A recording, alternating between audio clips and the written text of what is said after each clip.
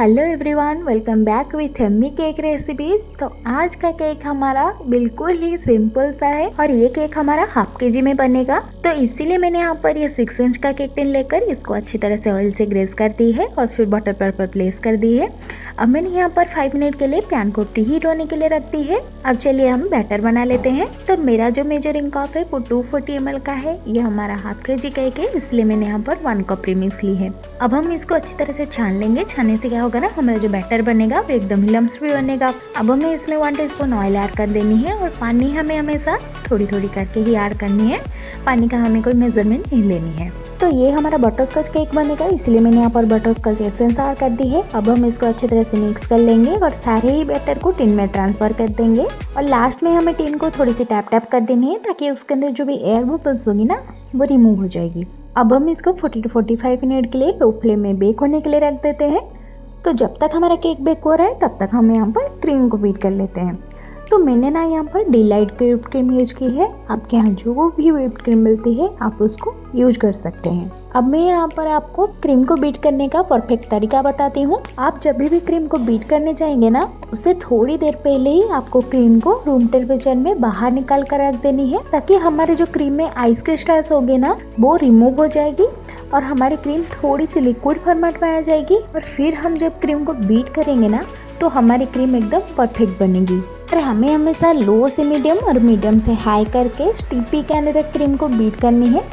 तो अब हमारी क्रीम अच्छी तरह से बीट हो चुकी है और हमारा केक भी बेक होकर ठंडा हो चुका है। तो चलिए अब हम इसको डिमोल्ड कर लेते हैं और उसके बटर पेपर को रिमूव कर देते हैं। अब हम इसके ऊपर की जो डोम पार्ट है ना इसको रिमूव कर देनी है। और केक को मैंने यहाँ पर 3 लेयर्स में कट कर दी है। तो चलिए अब हम केक को असेंबल कर लेते हैं। तो केक की लेयरिंग के लिए हमें यहाँ पर कैरेमल सॉस और चिक्की बार चाहिए होगी। तो मैंने यहाँ पर कैरेमल सॉस ऑलरेडी बना कर रख दी है और यहाँ पर मैंने ये वाला चिक्की बार ले लिया है और इसको थोड़ी सी क्रश कर दी है। अब केक स्पंज को सोक करने के लिए मैंने यहाँ पर पानी में थोड़ी सी कैरेमल सॉस ऐड कर दी है। अब केक को स्टेबल बनाने के लिए मैंने यहाँ पर बोर्ड में थोड़ी सी क्रीम लगा दी है। अब हमें केक स्पंज की एक लेयर देनी है, उसको हमें अच्छी तरह से सोकिंग करने के बाद हमें क्रीम की एक लेयर देनी है और फिर हमें कैरेमल सॉस की एक लेयर देनी है। और चिक्की बार को मैंने यहाँ पर उसी क्रीम में ही मिला कर लगा दी है। अब इसी स्टेप आपको तब तक फॉलो करनी है जब तक आपकी स्पंज खत्म नहीं हो जाती। और लास्ट में आपको केक को क्रम्ब कोट करके एटलीस्ट 10 to 15 मिनट के लिए फ्रिज में सेट होने के लिए रख देनी है।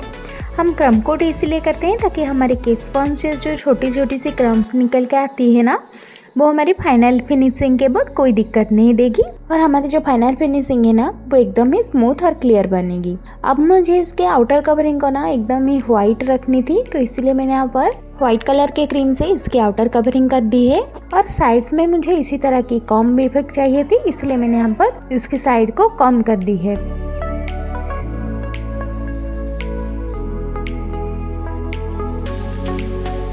तो फाइनल डेकोरेशन के लिए मुझे यहाँ पर 2 तरह की शेड की क्रीम चाहिए थी, तो इसीलिए मैंने यहाँ पर ये पिंक कलर की फूड कलर लेकर इसी तरह से 2 शेड का क्रीम बना दी है। और ये वाला 2 स्टार नोजल से इसी तरह से ऊपर डिजाइन बना दी है फ्लावर की और लीफ क्लोजर से इसी तरह से लीफ बना दी है। अब केक में थोड़ी सी शाइन लाने के लिए मैंने यहाँ पर सिल्वर मेटालिक स्प्रे का यूज किया है और लास्ट में मैंने यहाँ पर थोड़ी सी व्हाइट स्प्रिंकल कर दी है और लास्ट में एक एनिवर्सरी का टैग लगाकर हमारे केक के लुक को कंप्लीट कर दी है। तो आज का केक ना हमारा एकदम ही सिंपल है। अगर आप बिगनर्स भी है ना तो इसी वाले डिजाइन को जरूर ट्राई कीजिएगा। तो आपको मेरी आज की डिजाइन कैसी लगी मुझे कमेंट सेक्शन में जरूर बताइएगा। अब मेरे सपोर्ट के लिए मेरे वीडियोस को लाइक और मेरे चैनल को सब्सक्राइब कर दीजिएगा। अब मिलते हैं और ऐसे यूनिक डिजाइन के साथ, तब तक के लिए हर हर महादेव।